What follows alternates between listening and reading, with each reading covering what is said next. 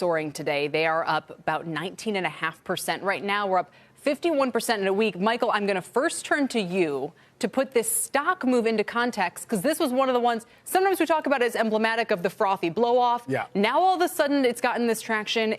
Tell me what you think is going on from a market perspective. Well, it's revived. I mean, obviously, it had this tremendous surge up into the, 60s.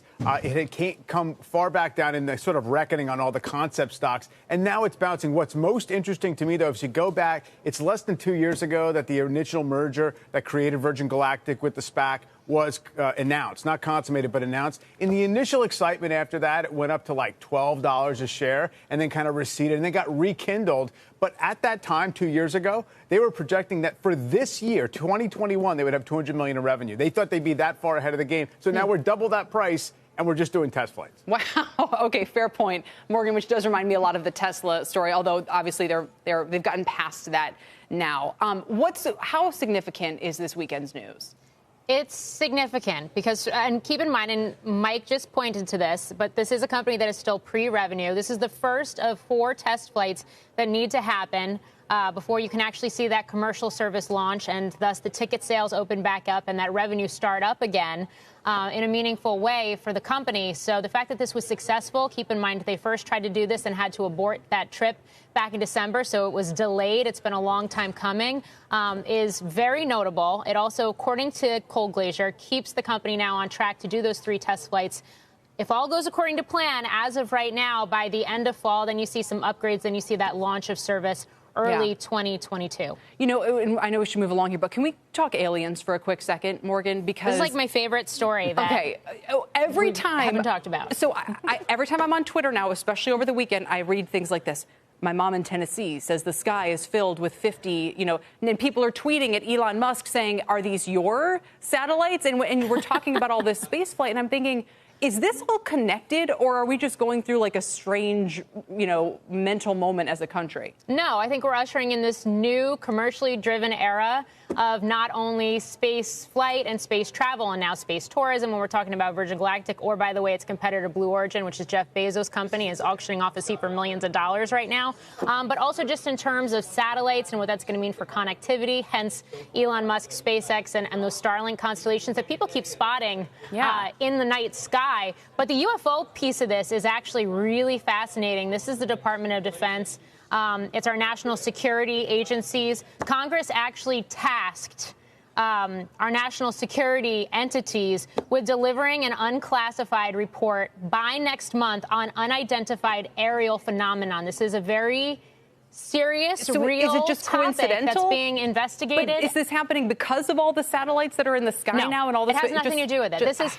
This is something different. This dates back. This is Air Force and Navy pilots who have been seeing things that they can't identify for quite a number of years. There's videos. Some of those have been released in the last couple of years. And you have some heavy hitters, everybody from the former Senate Majority Leader, Harry Reid, to former CIA directors who are now coming out. It's like the floodgates have opened. Okay, they're coming out and talking about UFO possibilities. All right, Deirdre, I'm going to give you the last word on this.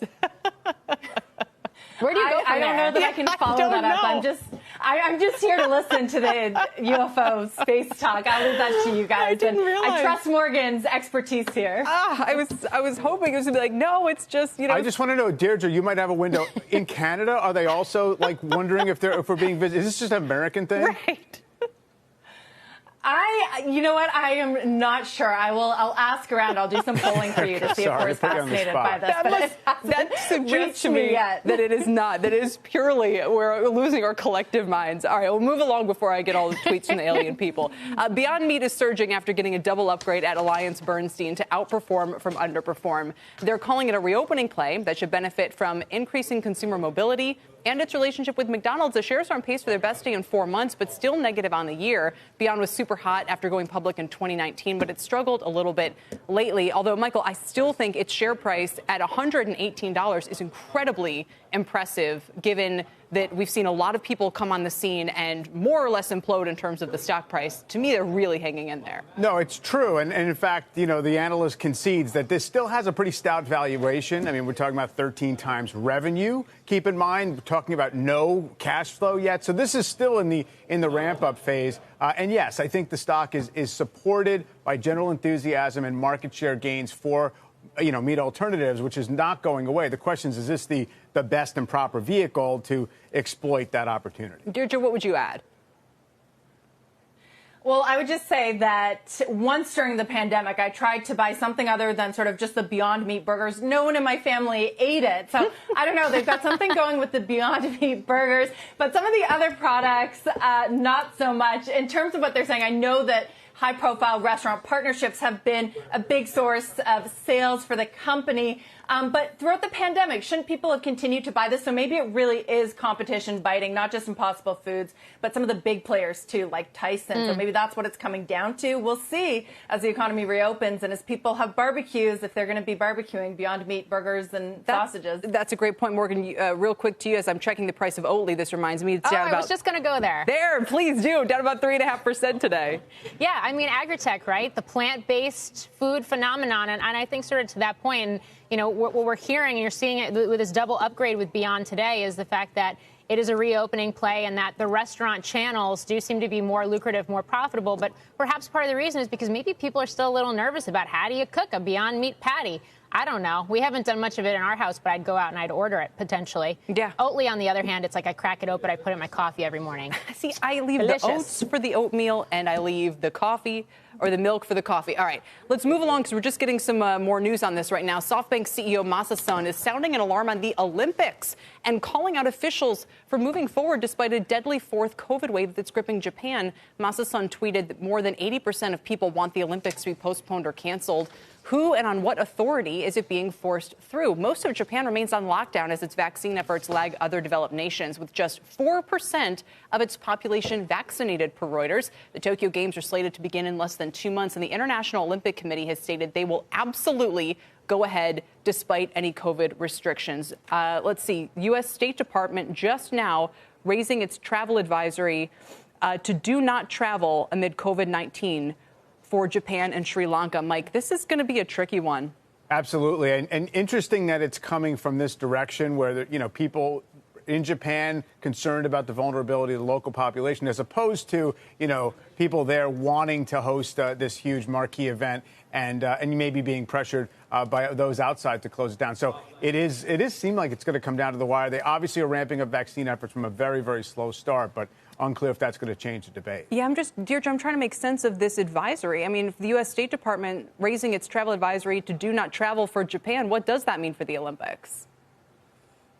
I think you have to wonder if the organizers go back with pressure, not just from the U.S., but as Mike said, from its own population, even corporations there. Some 70% of Japanese firms want the Olympics canceled or postponed. But, you know, it comes down to one number here, $26 billion. This is the most expensive summer games ever. So it looks unlikely that they're going to cancel it. I guess the question perhaps, will they mandate vaccines for athletes and fans? True, because Morgan, you could envision a scenario where they say, okay, we're raising it now, but we hope then this kind of adds to international pressure on Japan or maybe on the athletes of the Olympics to do whatever they can to make this as safe as possible, and then they can rescind it as the games open up. Yeah, I think to that point, the Olympic Committee has said that 80% of athletes and officials are set to be vaccinated ahead of these games, and that they're going to be preventing the athletes from being able to mingle essentially with the public and keep their sort of range of motion and where they can go very limited. So there do seem to be, for better or worse, certainly it's up for debate, but there do seem to be some protocols that are